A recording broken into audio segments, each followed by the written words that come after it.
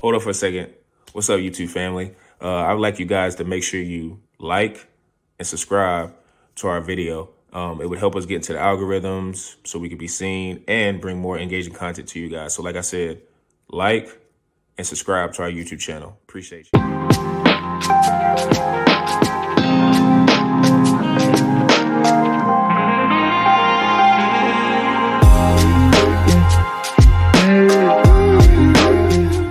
Never mind. Let's not even get into that. But yeah, let's go ahead and get to the NBA real quick. We just do a quick check-in with the NBA. Like I said, we're a couple weeks from All-Star break, and people just get your thoughts on a player or a team that's got your eye. Man, I mentioned it earlier, man. The Houston Rockets. I'm very interested to see if this team's actually legit or not. They had a huge win by Amen Thompson, that nice little floater. Yeah. Winner.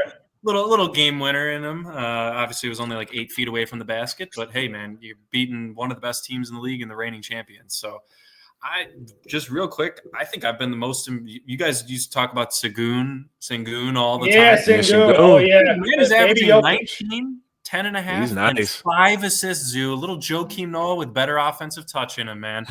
I mean, 48% shooting for a center, not the greatest, but I think this team, they have the youth. They have the energy. Udoka is, once again, we want to talk about like every sport, great coach. And you know what, Zoo? What surprised me the most, I think, one, they have 8 or 9 guys in averaging double figures this year. That is huge. They have depth. Yeah. But they are the second best defensive scoring team in the league. Or no, sorry, fifth. I take that back. Fifth. For a bunch of young guys, Jalen Green. Jalen Green. Like, do you think they're really going to be a top 5 defensive team in the league? Well, they are this year, and that has literally to do with the discipline and strength that Udoka has placed into this team. I'm not saying the Celtics shouldn't have let him go because we obviously know they had to, but he has found a home in Houston. They're giving a bit of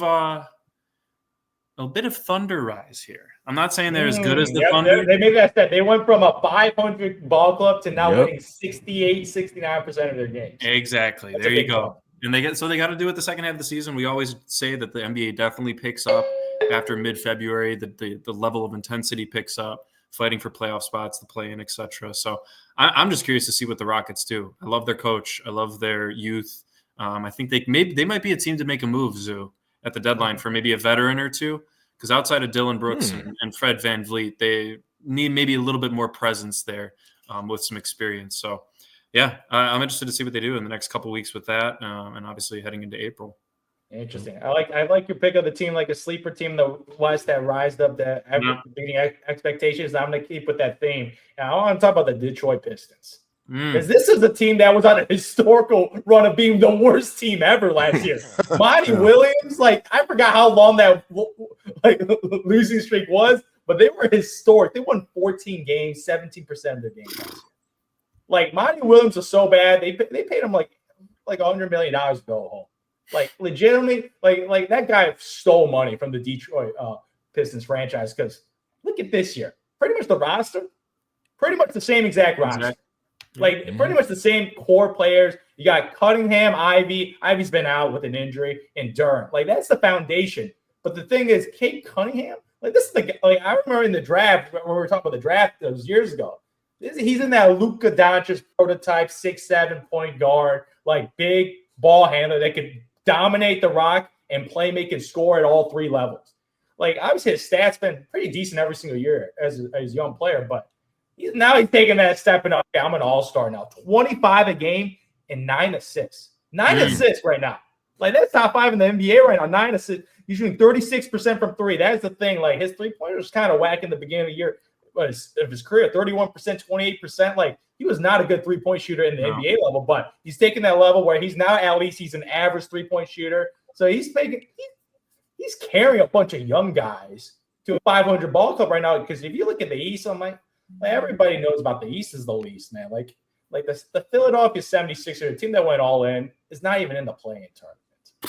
And their first round pick got hurt. Yeah, it's just crazy. If you look at the rest of these, obviously Cleveland, who's been playing awesome, winning 80% of their games. We got to talk about them in the next couple weeks. No one's seen that coming. I didn't see that coming. The same exact team. The only difference is the head coach. That's the only significant difference. So he's definitely shown that impact as a head coach. But Like everyone knows Boston's great, and I like the Knicks and the Bucks. But outside of that, like Indiana, Miami, Orlando, obviously dealing with a lot of injuries to your star players. Like they're all in that like that group of like they're all 500 level ball club teams. So they're making a tremendous stuff from winning.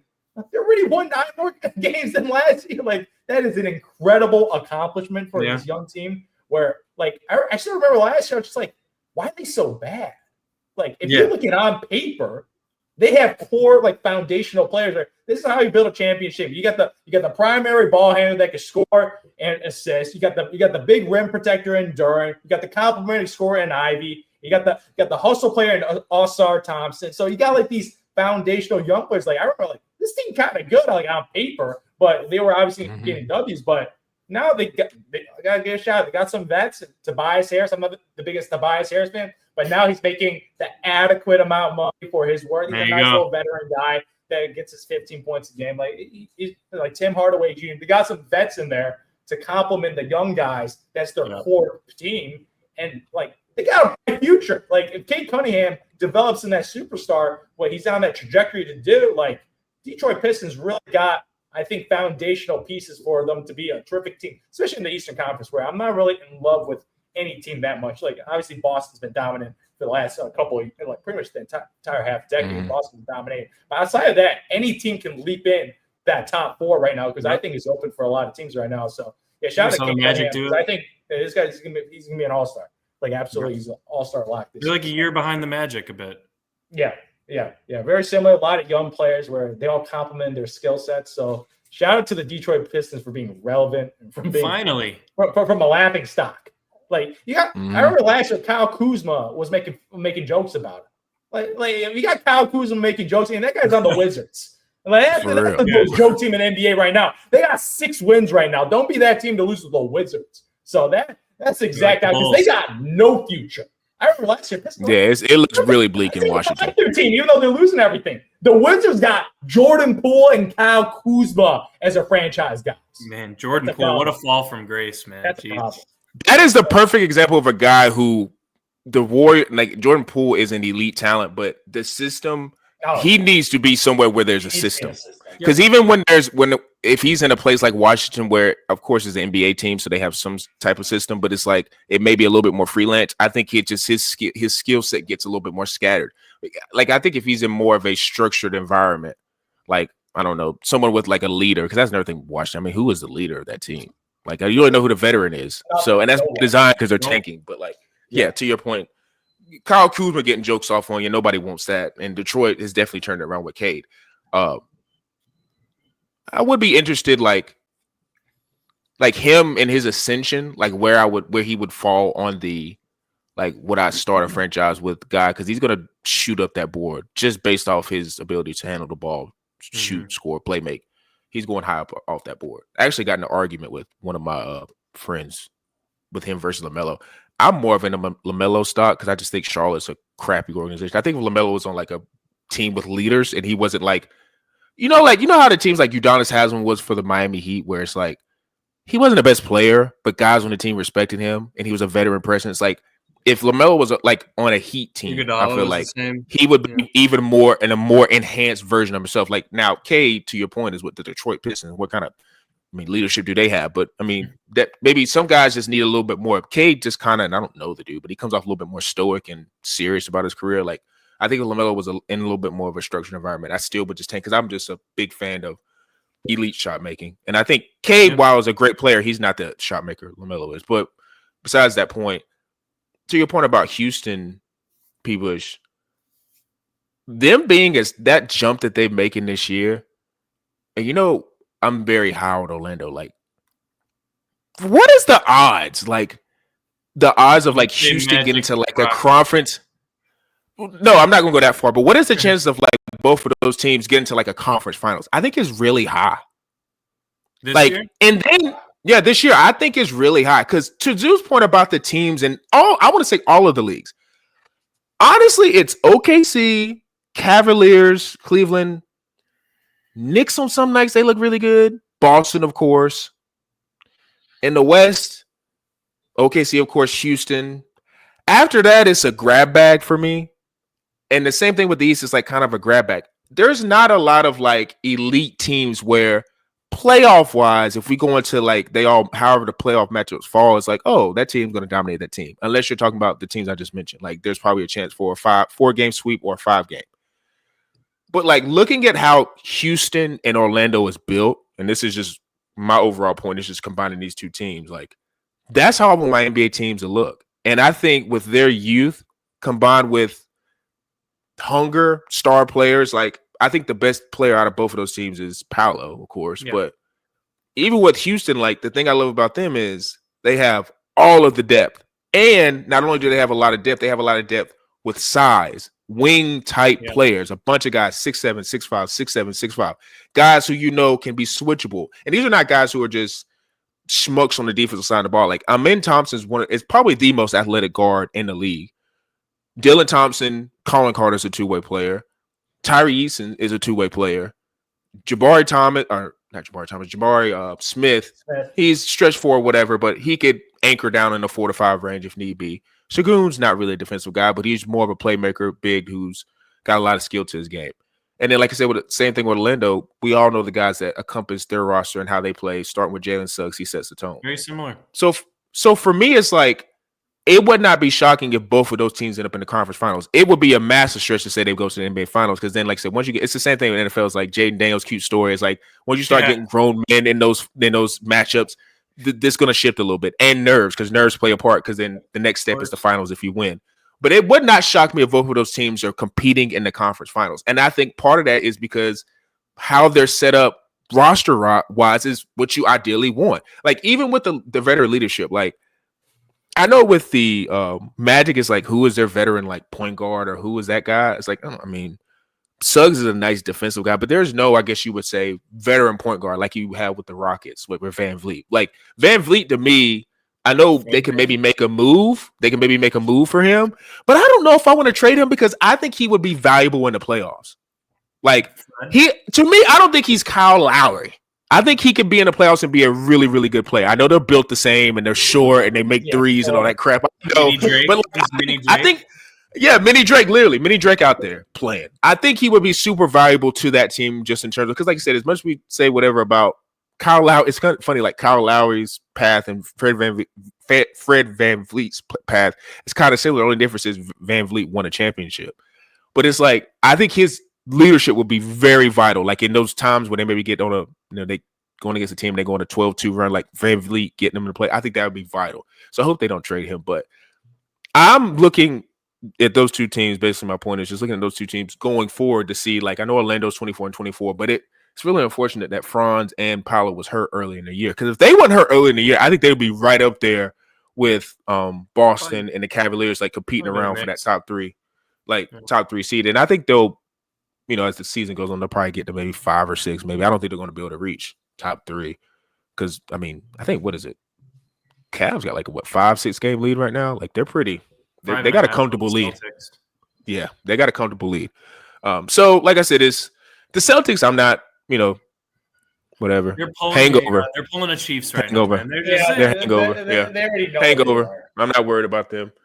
And like I said, it's more so the West is kind of more so than the East, because I think it's a little bit more defined. The West is seriously, like, after the OKC and Rockets, good luck. Good luck.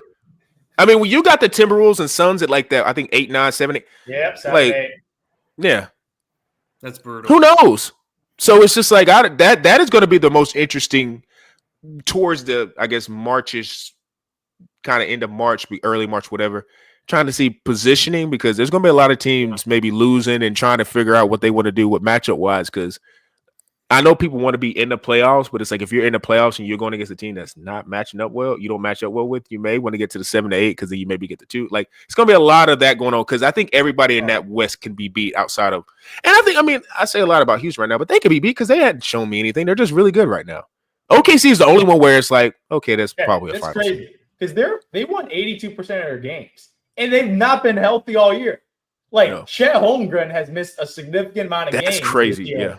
And Isaiah Hartenstein, which is 2 of their key rotation guys, and they're just they lose one, put another guy in, and they don't really miss a step, which is crazy to say because he's like their second best player, and he's out. we're 80% win team without our second They're best disgusting. player. Isn't that crazy? Doesn't matter. They're disgusting. They're disgusting. Especially on defense. Like, their defense is ridiculous. Like I love my boy Alex Cruz. Like, he barely plays for this team because the team is so good. Yeah. He's played like 10 minutes. Like he's barely a factor because his team is so loaded on the wings and defensive. Like SGA right now, he's probably odds on probably favorite to win MVP because I know the voters got that Jokic fatigue, even though he got 30, 13, and 10. He has a 30-point he's still going crazy. He has a 30-point triple-double and shooting 47% from three. So he has to, though, because his team is he's doing what Josh Allen couldn't. That's pretty much what he's doing. No, Jokic has to do that because his team is the Nuggets. I think Bulls they're winning last night, man. Let's go. Yeah, the Nuggets not gonna lie. struggling. Losing to the Bulls, that's kind of disgusting. That's very disgusting. This Bulls is not good. The Bulls lost to the Wizards, so yeah. Bulls lost to the Wizards.